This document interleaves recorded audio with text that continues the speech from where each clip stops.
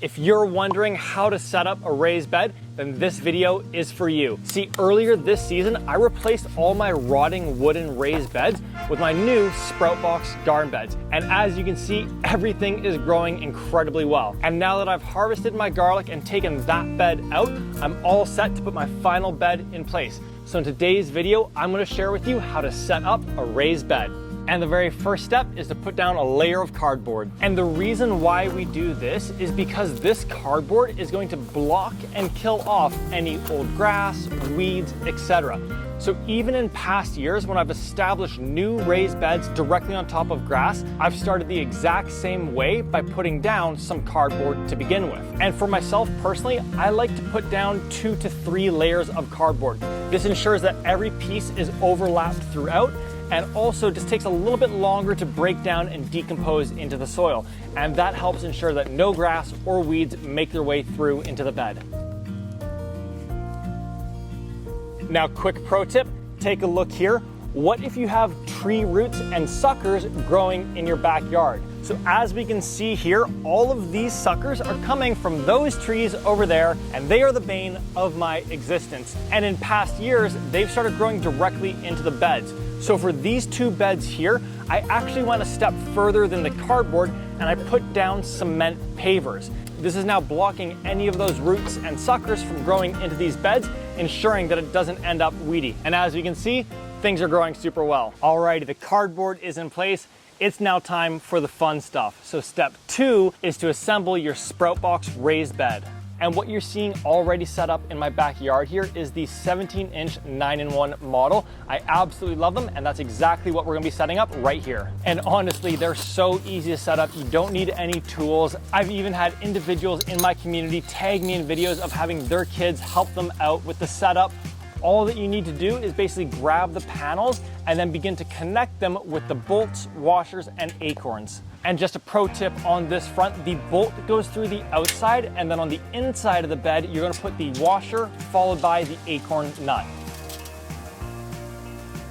Now, just before I finish off setting up this bed, I wanna show you one of my favorite things about Sproutbox. So the 2 beds right in front of me, plus this bed right behind me, are that 17-inch 9-in-1 model. But as we can see, this bed is a little bit longer. So these ones are 6.5 feet in length, and this one is 8 feet in length. Now, how does that happen? Well, Sproutbox has these really cool extension kits, which effectively are just extra panels that allow you to extend any of your beds by 18 inches. And you can attach as many of these together as you would like. So you can make an 8-foot long bed, or you can make a 16-foot or 24-foot long bed. So for this new bed that I'm setting up, I'm gonna use one of the extension kits to make it a full 8 feet in length. Now, just before I install these, I'm gonna run this as a time lapse so you can see how fast it actually is to install these beds.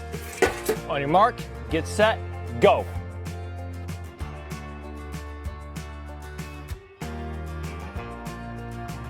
And time.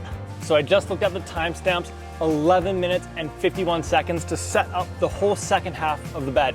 That's how quick and easy it is. And if you had kids, probably even faster. Maybe, you tell me, I don't have kids yet. Now, before we start filling up this bed, there's 3 things that we want to do. First is install the bracing rods. Every one of the 9-in-1 beds comes with one of these bracing rods, and all the extension kits come with 2 bracing rods. And the purpose of them is it's going to prevent the bed from being able to bow out once we fill it up with soil. All that you need to do is check the instructions for where it is to place them, and then remove the acorn and connect them directly to the bolts.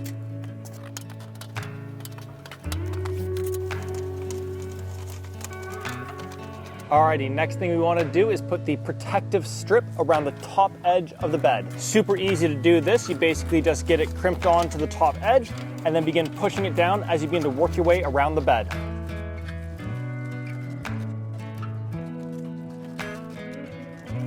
Now when you get to the end right here, you're going to go ahead and you can just cut that using some scissors or pruning shears.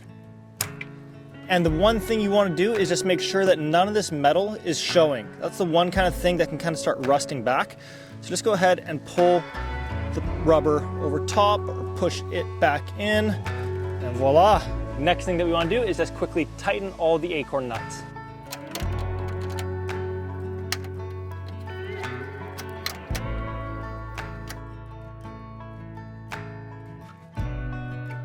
Alrighty, now the last thing that we need to do, which is totally optional, is to just simply square and level the bed. And I say that this is optional because it has no impact on how well the plants will grow.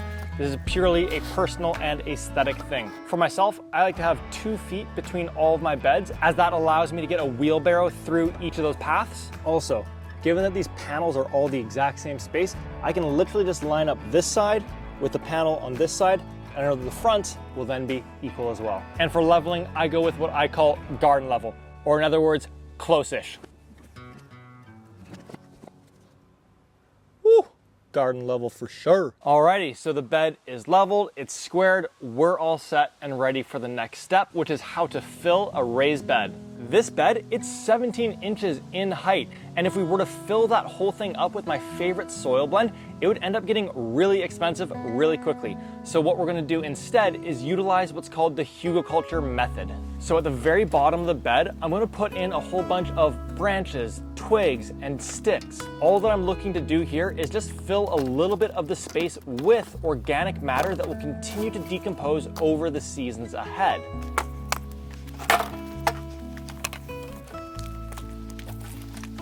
Now, quick pro tip on this front is to just make sure that none of the logs or branches are sitting directly on top of the bracing rods. Try to keep them all on one side and then the other half on the other side there. So as you can see here, we've now got kind of like 4 or 5 inches already filled up in the bed. However, there's a lot of little gaps, nooks, and crannies throughout these logs. And if we put our soil now on top of this, it would start falling into there, and our soil level would ultimately drop very quickly over the course of the season. So the next layer that I like to put down is just old compost, potting mix, really just any kind of soil that can help fill those cracks up a little bit.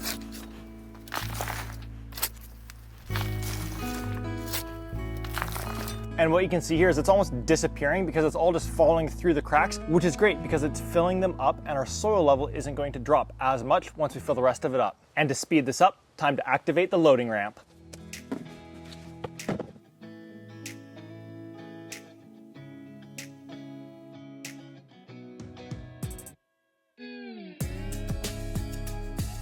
All right, so the first layer of the hugelkultur method is all done. The second layer is old leaves, which we have right here. And so every fall, I rake up a whole bunch of leaves and then I just pop them into my compost setup here and then put them to use at any point over the course of the season. So we'll add 1 to 2 inches of leaves into the bed just to get a little bit more organic matter in there and fill up a little bit more space. All right, so we've got about 8 to 10 inches left in the bed, which means that we're all set and ready for our final layer, which is our raised bed soil blend. And honestly, the soil that you plant your plant babies into makes a huge, huge, huge difference on how well they're going to grow. This is something that I've experimented with a ton over the course of the last 3 years, and I'm gonna link to some of those videos down below, but to save you a little bit of time, my hands down favorite and highest performing soil blend for raised beds is 75% compost and 25% vermiculite. So to mix it up, all that you need to do is measure out 3 parts compost and 1 part vermiculite. Then you're gonna go ahead and dump those either into a wheelbarrow or directly into your raised bed and mix it up until it's a nice and consistent mixture. If you did it in a wheelbarrow, then you're just gonna simply begin loading those into the raised beds and then continue to add rounds of 75% compost, 25% vermiculite until you've filled the bed up to right around 1 inch from the top. All right, how good is this bed looking now all settled in? And it is now all set and ready to be planted into. But there's one more thing that we can do that will make it way better, and that is setting up automatic irrigation. And now you can totally hand water your garden beds, all of them. That totally is an option. However, I would heavily encourage you to set up an automatic irrigation system.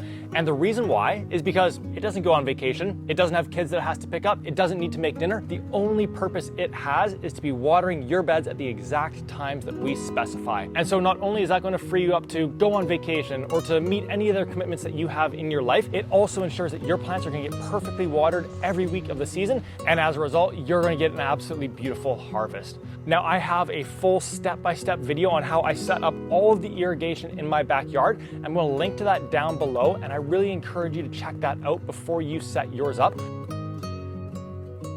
The one piece that I'll touch on just right now is how frequently do I water and for how long. And so my system is set up to turn on every other day. And when I turn it on, I have it run for 25 minutes. So 25 minutes every other day. That does the trick for me. How good is this? Sun is setting. We're about to plant. This is what it's all about. So to wrap up for today, last thing that we're going to cover off on is how to plant into a raised bed. And as mentioned earlier, I just harvested my garlic, so it's the end of July, and what I'm going to plant into this bed as a succession is some broccoli and cabbage. First thing I'm going to do is measure about 6 inches off the side of the bed, as I don't want to plant right up against the edge. And from there, I'm going to dig a transplant hole about 3 or 4 inches deep. And then I'm going to measure over 12 inches and dig the next transplant hole. After that, I'm simply going to measure up another 12 inches and put the next row in place. And then I'm just going to repeat this for the rest of the bed. Now, in each one of the transplant holes, I'm going to place 1 handful of worm castings and 1 tablespoon of 444 organic fertilizer. This is exactly what I use when I transplant anything into the garden, and it ensures that our plants have all the nutrients and microbial life right in their root zone to put on tons of growth. And then from there, I'm simply going to remove my seedlings from the seed cells, place them into the transplant hole, backfill with the surrounding soil, and then gently compact it so they're in there nice and snug. And if you're curious for how to direct sow into raised beds or how to grow specific crops like potato, basil, broccoli, carrots, and more, we've got video growing guides for all those as well that will take you from seed all the way to harvest. I'm going to link to them down in the description, and don't be afraid to check those out after today. And then go ahead and give them a nice big watering, either by hand or using your irrigation system. Now, I know you think they look fairly small right now and there's tons of space in here, but take a look at how big they grew last year and the size of the heads of broccoli that I was getting off of them. You've now got all the information you need to set up your raised beds and have tons of success with them. So I'm going to include links to the products that I've utilized down in the description of this video. If you have any questions, leave those in the comments. Subscribe for more videos just like this, and I'll catch you in the next video. See you then.